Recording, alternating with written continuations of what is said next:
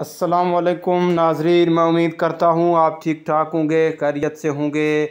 नाजरीन, आज आपको इस वीडियो में हम आपको बताएंगे कि पाकिस्तान में कब ईद उल अज़हा मनाया जाएगा, ज़िलहज्जा का चाँद पाकिस्तान में कब नज़र आएगा। नाजरीन, अगर सऊदी अरब की बात की जाए तो कल वहाँ पर रुयत हिलाल कमेटी का इजलास हुआ और सऊदी अरब में कल की जो तारीख़ है वहाँ पर ईद उल अज़हा का जो ज़िलहज्जा का चाँद है वो नज़र नहीं आया। नाजरीन, आज पाकिस्तान में रुयत हिलाल कमेटी का इजलास होगा और चाँद को देखा जाएगा।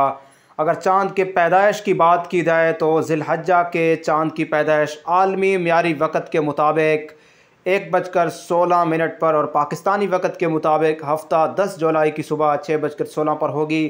हफ्ते की शाम को मौजूद चाँद तो होगा लेकिन नज़र आने का कोई इम्कान नहीं।